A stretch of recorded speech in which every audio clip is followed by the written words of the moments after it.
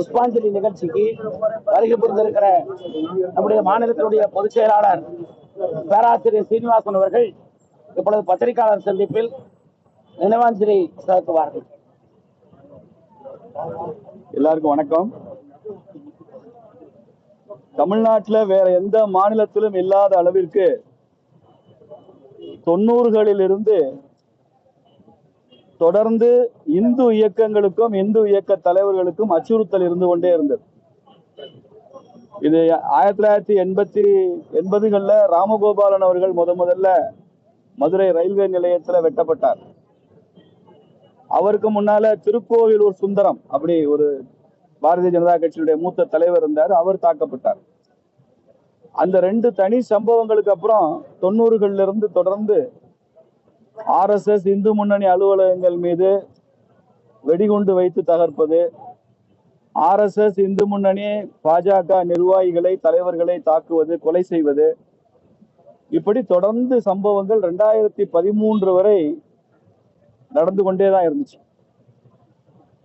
எல்லா ஊர்லயும் இந்த மாதிரி பலிதானிகள், இந்து இயக்கத்திற்காக பணி செய்த அந்த பெருமைக்காக கொலை செய்யப்பட்டவர்கள் யார் கொலை செஞ்சாங்கன்றது நமக்கு எல்லாருக்குமே தெரியும்.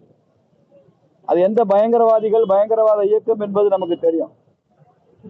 இப்படி அச்சுறுத்தினால் இந்த இயக்கங்களை எல்லாம் அழித்து விடலாம் என்று நினைத்து அதை தொடர்ந்து அவர்கள் செய்து வந்தார்கள்.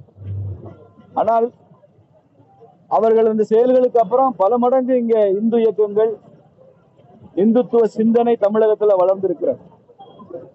அப்படி பலிதானமான மிக முக்கிய தலைவர்கள் ஒருவர் தான் எங்கள் மரியாதைக்கும் அன்புக்கும் உரிய சகோதரர் ஆடிட்டர் ரமேஷ் அவர்கள். ஜூலை மாதம் 19ஆம் தேதி 2013 இந்த சேலம் மாநகரத்தில் அவர் கொலை செய்யப்பட்டார் என்பது நமக்கு தெரியும். இந்த சேலம் மாநகர வரலாற்றில் இரத்தக்கரை படிந்த நாள் அந்த நாள். அதற்கு ஒரு 18 நாட்களுக்கு முன்பாகத்தான் வேலூர்ல வெள்ளையப்பன் அவர்கள் கொல்லப்பட்டார். அதற்கு கொஞ்சம் முன்னால டாக்டர் அரவிந்த் ரெட்டி அவர்கள் கொல்லப்பட்டார். மதுரையில மாத்திரம் எடுத்துக்கிட்டீங்கன்னா கே பரமசிவம், இந்து முன்னணி தலைவராக இருந்த ராஜகோபாலன், அதே மாதிரி இந்து முன்னணியுடைய இன்னொரு தலைவராக இருந்த காளிதாஸ், இவங்கெல்லாம் கொலை செய்யப்பட்டிருக்காங்க மதுரையில. திருச்சியில டாக்டர் ஸ்ரீதர், உதாரணத்துக்கு இதை சொல்லுகிறேன். இது மாதிரி பயங்கரவாதிகளால மாத்திரம் இது வரைக்கும் தமிழ்நாட்டில் 140க்கும் அதிகமானோர் கொலை செய்யப்பட்டிருக்காங்க. அதுல பொதுமக்களும் சேர்த்து, அத்வானி அவர்கள் வரும்போது கோவையில குண்டு வெடிப்பு சம்பவத்தில் இறந்தவங்களையும் சேர்த்து 140க்கும் மேற்பட்ட பலிதானிகள் சில மதவாத பயங்கரவாத சக்திகளால இந்த மாதிரி நடந்திருக்கு. இது மேலும் இது தொடரக்கூடாது. தமிழ்நாட்டினுடைய சட்டம் ஒழுங்கு முழுமையாக காப்பாற்றப்படணும். இந்த மாதிரி அச்சுறுத்தல்னால இந்து இயக்கங்களை பயமுறுத்தி நிறுத்திவிட முடியாது. பல மடங்கு வீறு கொண்டு எழும் தன்மை உள்ளது இந்த அமைப்புகள்லாம். அதனால அவருக்கு அஞ்சலி செலுத்துகிறோம். மற்ற பகுதிகளை விட சேலத்துக்கு ஒரு சிறப்பு உண்டு. ஒவ்வொரு ஆண்டும் ஜூலை 19 இந்த சேலம் மாநகர மாவட்ட மக்கள், குறிப்பா பாரதிய ஜனதா கட்சி, இந்து சங்க பரிவார அமைப்புகள் எல்லாம் சேர்ந்து ஆடிட்டர் ரமேஷ் அவர்கள் பலிதானமான இந்த நாளை நினைவு கொள்றாங்க. மீண்டும் மீண்டும் இதை நினைவு கொள்வதன் மூலமாக இந்த பயங்கரவாதம் வேறறுக்கப்பட வேண்டும் என்பதை நாம நினைவில் கொண்டிருக்கிறோம். இந்த பத்திரிகையாளர் சந்திப்பின் மூலமா நான் ஒரு கோரிக்கை வைக்க விரும்புறேன் தமிழக அரசுக்கு. சேலத்தினுடைய இந்த இரத்தக்கரை படிந்த இந்த நாள் ஆடிட்டர் ரமேஷ் எப்படிப்பட்டவர் தெரியும். ரொம்ப மென்மையும் மேன்மையும் உடைய ஒரு தலைவர் அவர். அன்னைக்கு சேலமே அழுதது.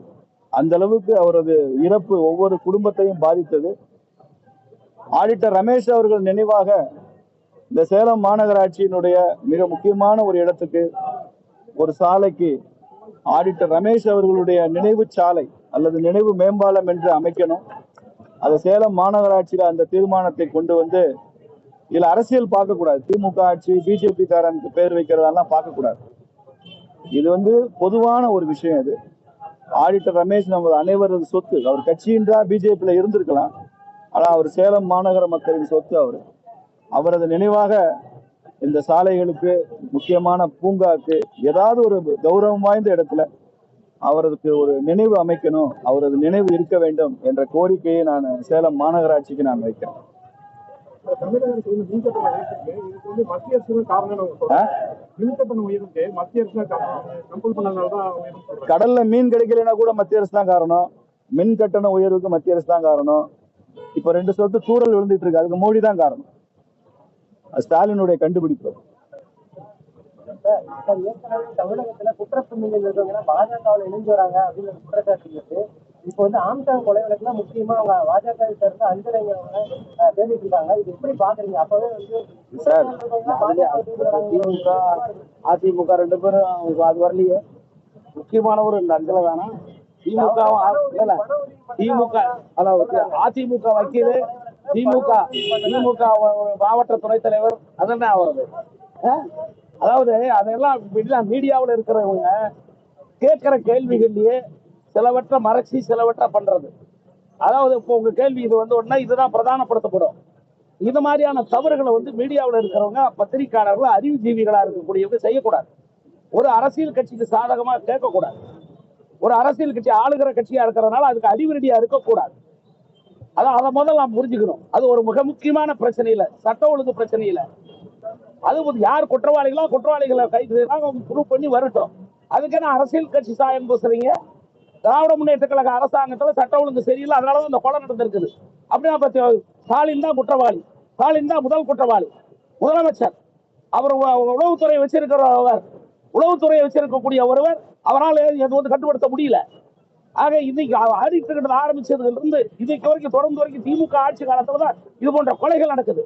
அப்ப ஸ்டாலினும் அவங்களை சார்ந்தவர்களும் இந்த கொலைக்கு உடந்தையாக இருக்கிறவர்கள். ஒத்துக்கிறீங்களா? மின்கட்டண உயர்வுக்கு போராட்டம் பண்ணுவோம்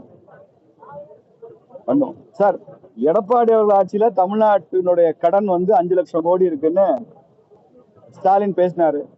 திமுகவோட தேர்தல் அறிக்கை பாருங்க, தமிழ்நாட்டில் இருக்கக்கூடிய ஒவ்வொரு குடிமகன் பேர்லையும் 1.25 லட்சம் ரூபாய் கடன் இருக்கு. 1,25,000 ரூபாய் கடன் வச்சிருக்காரு எடப்பாடின்னு திமுகவோட தேர்தல் அறிக்கையில இருக்கு. இந்த கடன்ல இருந்து தமிழ்நாட்டை மீட்போம்னு இருக்கு. இப்ப இவங்க ஆட்சிக்கு 3 வருஷத்துல 8 லட்சம் கோடி கடன் இருக்கு. 1.25 லட்சம் ரூபாயில இருந்து இப்போ 1,65,000 ரூபாய் கடன் மாறி இருக்கு. 1.80 மாறுன்றாங்க மக்கள் தொகை கூடுனதுக்கு ஏற்ற அளவுக்கு. இது என்ன ஆட்சி?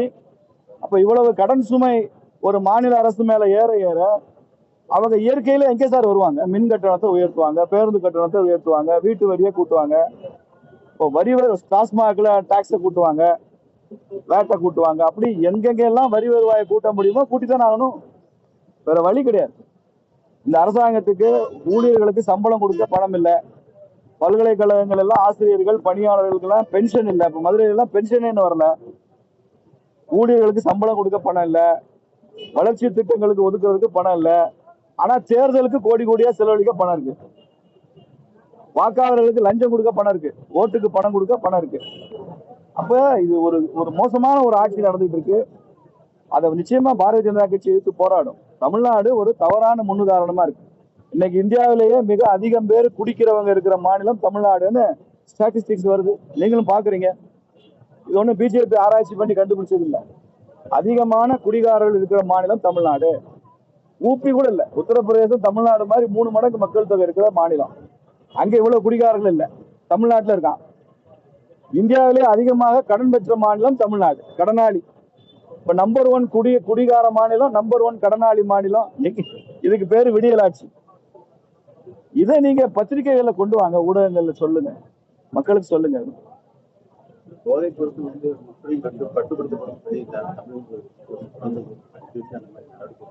போதைப் பொருள் கட்டுப்பட்டுருச்சா நீங்க தான் சொல்லணும். தாராளமா கிடைக்குதுன்னு பரவலா பேசிக்கிறாங்க. தாராளமா கிடைக்கும். முதலமைச்சரே சொல்றாரு போதைப் பொருள் நடமாட்டத்தை கட்டுப்படுத்தணும், அது கிடைக்கிறாம செய்யணும் அப்படின்னு காவல்துறை அதிகாரிகள் கூட்டத்துல தமிழக முதல்வரே பேசுறாரு. இப்ப தண்ணி அடிக்கிறதுலாம் பழைய பேஷன் ஆயிடுச்சுங்கிறாங்க. மக்கள் அடுத்த ஸ்டேஜுக்கு போக ஆரம்பிச்சிட்டான். அந்த போதல இப்போ துரமுருகனே சொல்றாரு, மக்களுக்கு கிக்கு தேவைப்படுதுன்னு நம்ம அசம்பிளியில பேசுறாரு. கிக்கு வேண்டி இருக்குன்றாரு. அதனால எங்க வேணாலும் கண்ணா பின்னான்னு போதைப் பொருட்கள், சாராயம் குடிக்கிறது, மது குடிக்கிறதுலாம் ஓல்டு ஃபேஷன் ஆயிடுச்சு. இன்னும் 5 வருஷத்துல எங்கேயோ போயிடும் தமிழ்நாடு. இப்ப அந்த புரட்சி போராளி எல்லாம் ஒருத்தரை காணாம, கோவன் ஒருத்தர் பாட்டு எழுதி போட்டுட்டே திரிவாரு, கொட்டடிச்சே இருப்பாரு பாட்டு. அந்த பாட்டெல்லாம் இப்ப காணோம். நடிகர் சூர்யா எல்லாம் எதுனாலும் உடனே கமெண்ட் கொடுப்பாரு, காணா. திமுக ஆட்சி இல்லாதப்ப புரட்சி போராளிகள் கள்ளச்சாராயத்தை பத்தி யாரும் பேசல. விசச்சாராயம் 65 பேர் செத்து போயிட்டான். 65 வீட்டுல பொம்பளை தாலி எடுத்திருக்கான். இந்த போராளிகள் யாரும் அதெல்லாம் பேசல. முற்போக்கு அறிவுஜீவிகள் யாரையும் காணா, ட்விட்டர்ல காணா. எங்க ஊர்ல வெங்கடேசன் இருக்காரு, எதுவுமே ட்விட்டர்ல போடுவார். மோடி எழுத்து தான் போடுவார், குடியை எழுத்துலாம் போட மாட்டார். செங்கோல் எழுத்து போடுவாரு, நரேந்திர மோடி எழுத்து போடுவாரு. 65 பேர் செத்து போயிட்டான், காணோம், சத்தத்தை காணோம். ஒரு பத்திரிகையில அட்டை படத்துல போட்டிருக்காங்க, ஜூனியர் விகடன் நினைக்கிறேன், 31 நாளில் 133 கொலைகள்னு. காணாம போராளிகள்லாம் காணும்.